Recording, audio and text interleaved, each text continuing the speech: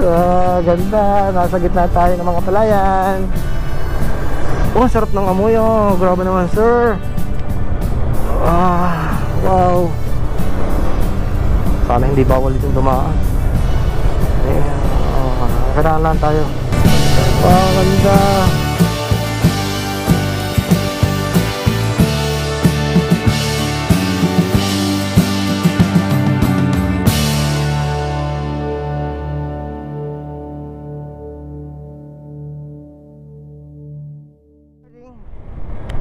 Welcome Iban, Batangas na tayo mga part.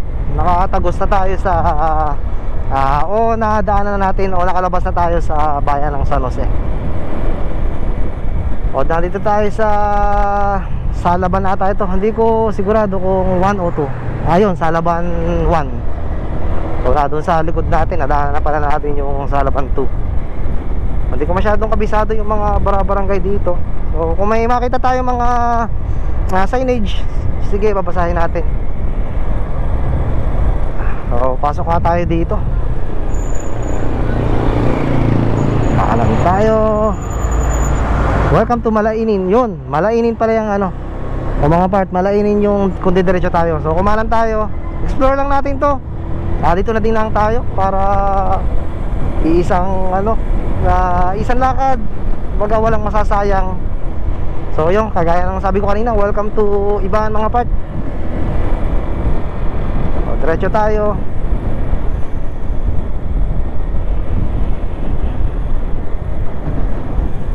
May mga dito yung tigil nga tayo.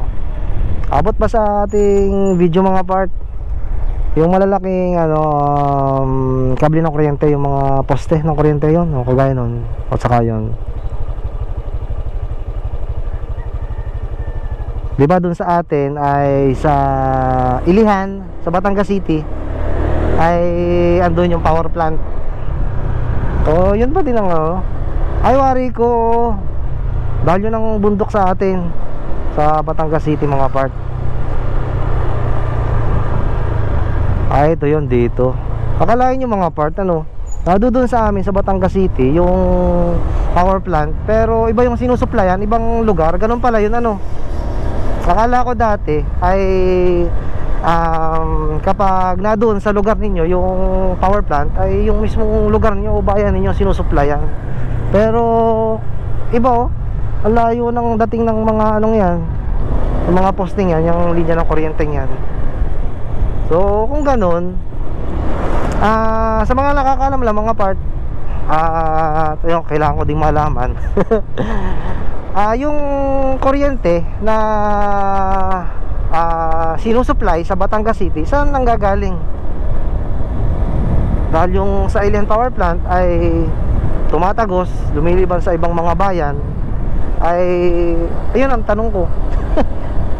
Saan nanggagaling yung kuryente na dumadaloy sa Batangas City? Ang ganda dito grabe naman sir.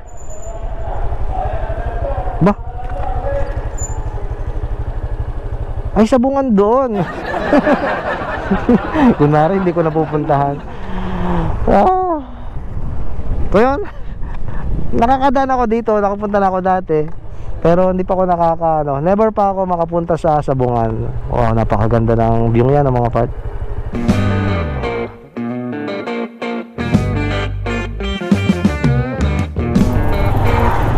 Sa mga hindi nakakaalam kung saan ang sabungan dito sa Ibaan, ay ito, syempre mga tito natin diyan, mga tatay natin, na tayo ay yung panganay na anak. Dito nila dinadala yung mga bunsong anak nila. Kaya diretso yun sa may mga nakaparking na yun mga parto. Ayun, doon ang sabungan. Kayo nakita nyo mga part sa unahan natin. Yan kabundukan yan Batangas City yan mga part Yun ang tower ng Mount Banoy. Ewan ko lang kung kita nyo.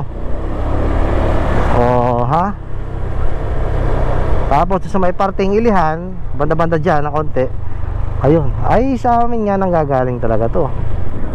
Try nga natin to. Wow, ito first time ko dito. Ganda, nasa gitna tayo ng mga palayan. Oh, sarap ng amoy. Oh, grabe naman sir. Wow. Sana hindi bawal itong dumaan. Kailangan lang tayo. Wow, ganda. Wow. O na, makikiraan lang tayo. May nagbibideo kayo. Oh, ganda. Okay ka na po. Wow. Grabe naman sir. Ang ganda oh. Wow. Saan kaya to? Huwag saan tayo mga tao na ng aso. Wow. Ay, dead end na. Okay, dead end. Makikiraan lang po. Okay na. Tinignan ko lang. Makikiraan po. Baka tayo maano ha. Ang ganda. Wow. Napakaganda talaga dito. Ito yung namimiss ko mga part. Wow. Apo. Wow, ganda. Ito namimiss ko eh. Ganito din dati nung mga panahong bata-bata pa ako sa lugar namin. Kasi hindi tayo makakapalipad dito ng drone mga part. Negative. Kasi ang daming bahayan. Sigurado ako na may wifi yan. So banda-banda dyan mga part. Ay sana kumain sa atin ng pagkakataon. Mag-upgrade tayo ng drone para sa mga gartong lugar, sa may mga bahayan. Napalipadan naman natin. Ang ating drone kasi mahinang klase lang, pero nakikipagsabayan mga part. Ang kaso nga lang, pinakapangit sa kanyang ano, kumbaga specs. Specs ba ang tawag doon? Ay yung kapag nakakasagap ng wifi ay ano, wow, pangarap. Kapag nakakasagap siya ng wifi mga part ay nagdi-disconnect sa remote control. So talagang kapag nagdi-disconnect mga part, nako, hindi ako magkaintindihan. Talaga naman, kasi na-blackout talaga mga part. As in, nagdidilim lang yung monitor ko. So kapag wala sa paningin ko yung ating drone, ay talagang ano, hindi ko alam kung nasasaan siya. Pero nag-automatic return to home naman. Kaso nga lang, baka sa pagbalik may sabitan mga part. Yun ang aking iniiwasan. So talagang kailangan ko makapag-upgrade ng drone mga part. Sana ay makapag-ipon tayo para lahat ng mga napupuntahan natin ay smooth nating mapapalipadan.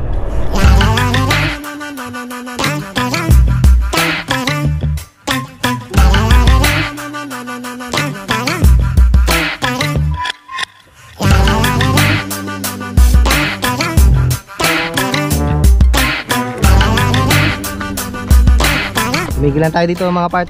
At maganda itong ating napwestuhan. So nakapagpalipad din ako ng drone. Hindi talaga ako makatiis. Buti na lang at ayun, okay dito sa ating napwestuhan. Hindi nagdi-disconnect itong drone. Ayun, nakikita nyo ba ako?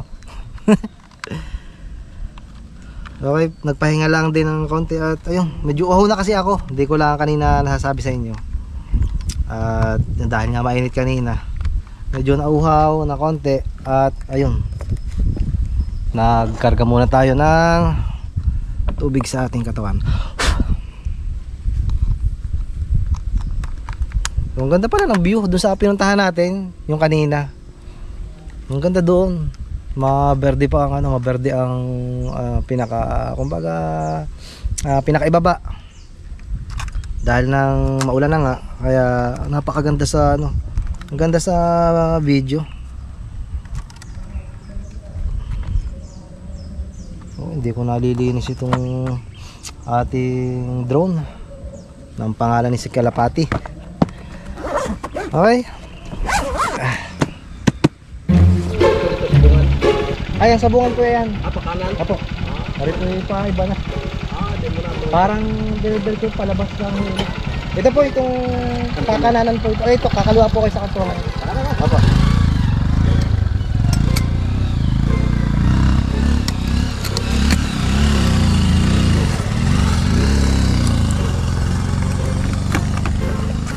Ayun si Tito. Kasama si tita, hinahanap yung sabungan.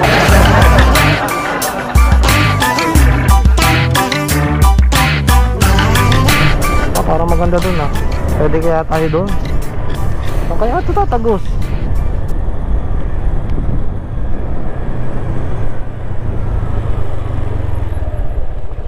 Tingnan lang natin dito. Kaya tagos ito. Bago lang tong kalsadang to.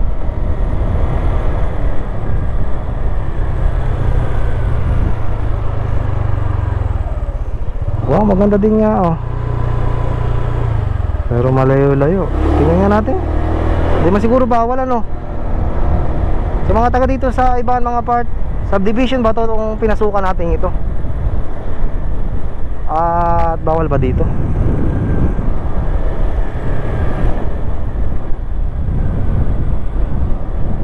Parang subdivision.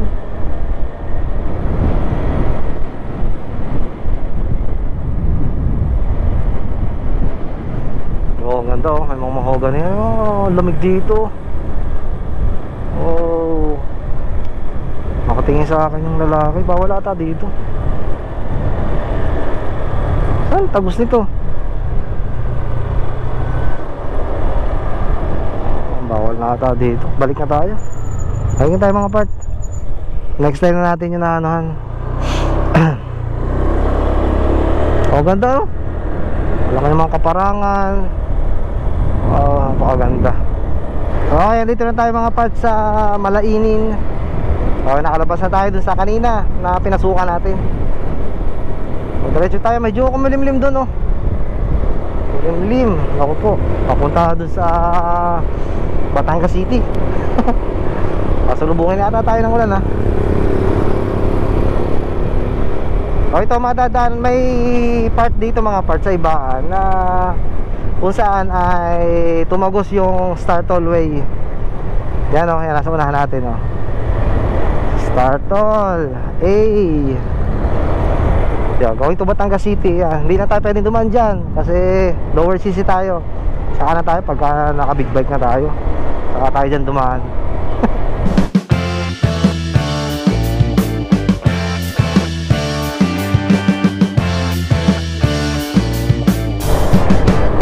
Nakalagay ba? Hindi ako nagkakamali ay dito pata sa Makaliba ng tulay na to. Ibang barangay na. O, tingnan natin. Lapu-Lapu Bridge. So siguro ito ay barangay Lapu-Lapu. Hindi ko kasi kabisado mga part. Alam kong puntahan itong ibaan, pero hindi ko kabisado ang mga barangay. Oh, medyo kulimlim na mga part. Pero sigurado ako na hindi yan ulan. Kasi wala na. Tapos na ang tagulan. Malaya na tayo makakapag-rides mga part. Malayo man o malapit, okay na okay lang yan. Basta rides, okay yun, okay. Basta ako, kapag napagawa ko nito si Blossom, napa-maintenance ko na at napagawa ko na yung tagas nito, lalayo tayo mga part. Rides tayo malayo-layo. Pinagpipilian ko, Pililya o babalik ako sa Cabiang. Sarap kasi pumunta sa Cabiang. Bala ko isama si mami pagka nagpunta sa Cabiang. Pero tingnan din natin, mahirap pa din ang schedule namin. Hindi ko alam kung magtutugma. Hintayin natin kung kailan walang pasok si mami para makasama ko naman siya sa biyahe. Oh, mga part, tubo ba yung yan? Yung cane? Tama bang English ko sa tubo? Okay, ano bang lugar na to? Ano bang barangay? Kakasa ako, Palindan ata. Sunod dito, Palindan. Medyo kumukulimlim. Okay, kita dito sa iba ng ang bundok natin sa Batangas City oh. Kasi itong ibaan mga part ay karatig din. So bago mag-ibaan ay kapag doon dadaan sa may Taysan, kung saan natin nakikita yung may Mount Manoy, ay dadaanan muna Taysan bago itong ibaan. magkakadikit lang, pero sa bawat bayan ating nadadaanan ay may kanya-kanyang ano, ganda ba na pinapakita, ano. Pinakagusto ko lang naman talaga puntahan yung mga parteng madaming palayan. Medyo may konting gubat, pero kalimitan nagagalit ang aking ama kapag kung saan ako pumunta. Kagaya itong mga nakaraan kong video, pumunta tayo sa ilog, punta tayo sa kagubatan na naligo pa tayo, kaya bumalik na tayo. Kapag pinapanood ako ng aking ama, nako, asahan nyo na. Na maya't maya na yung ano, kung ano-anong sinasabi, bakit daw ako pumunta doon.